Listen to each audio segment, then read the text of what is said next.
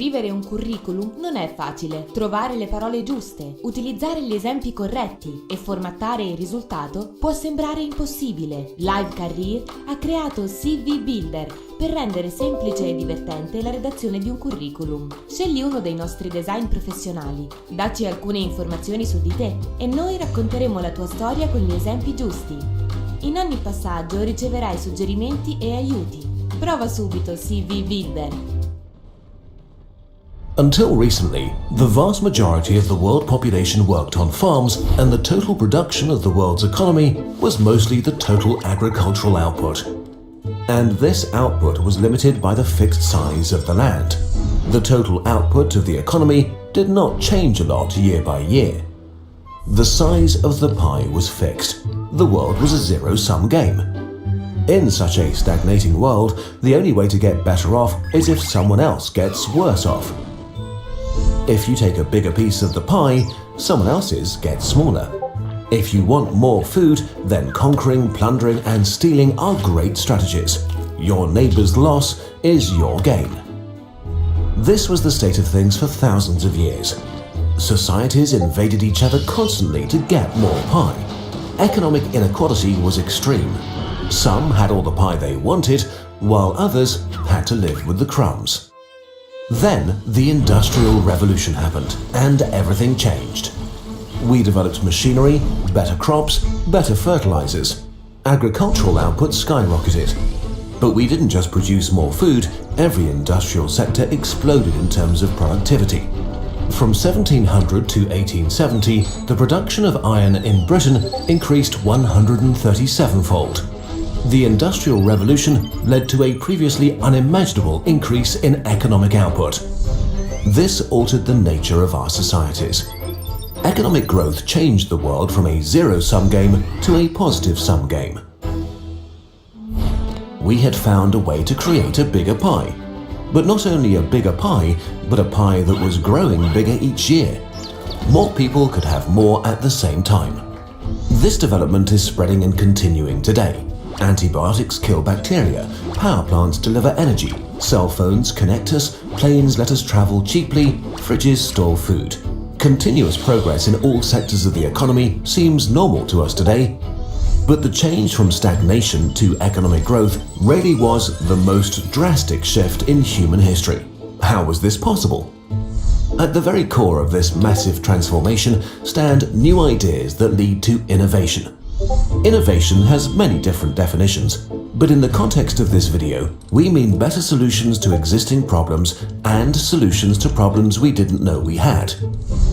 The more you innovate, the more complex and interesting problems you discover as your wishes and needs evolve. The average citizen in Norway 250 years ago might have wanted some really good shoes. 150 years ago, maybe a bicycle. 80 years ago, a car. 30 years ago, cheap air travel. And so on. Once we get what we want, we don't stop. We can see how we can improve things even more and how to make things even better. The new positive-sum world has existed for 0.1% of human history, and we have yet to get used to it.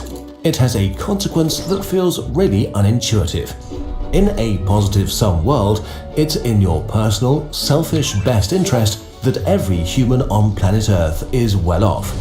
It's good for you if people in obscure parts of countries you've never heard of are prospering. There is a genuine, selfish argument for making the world a better place. In a positive-sum world, the more people are well off, the better your own life is. This is because of the nature of innovation. It is fundamentally driven by supply and demand. The supply increases when more people have the freedom and education to contribute. They become inventors, researchers, engineers, or thinkers that come up with new ideas. The demand for ideas increases as people get richer and can pay for new solutions. They increase the size of the market for innovations. Innovation follows incentives. So naturally, if many people want and can pay for something, it will get the innovator's attention and energy. Improving the lives of those who are worst off has a multiplying effect. It increases demand for ideas while at the same time making it easier for ideas to be produced. Let's take an example that interests all of us, a cure for cancer. If there are 1 billion people in the world that have the wealth to pay for cancer treatments, innovation will follow this demand. So hundreds of billions of dollars have been invested in medical research. This had a huge effect, but we're still nowhere near to curing all forms of cancer. Today, every 6th person in the world dies of cancer, and you might be one of them. Now imagine if demand were higher. Imagine instead of 1 billion people being able to pay for a cure for cancer, there were 4 billion or 7 billion. Imagine how far medicine could have developed if we'd invested 7 times as much in curing cancer. On top of that, there's so much human potential being wasted right now. The work of a poor farmer in a developing nation is not useful to you, but if he becomes better off, his children might spend their time in university developing things that are useful to you. Instead of having some hotspots of innovation in the developed world, we would have many hotspots all over the world. The research output of humanity would be many times what it is right now. Could we have cured cancer by now if that were the case? Well, maybe. If we spent 7 times as much on research, had 7 times as many people working on it, and a global network of medical research, things would certainly be further ahead than they are now. And this is the core of the argument. The more people want the same thing that you want, the more likely you are to get it.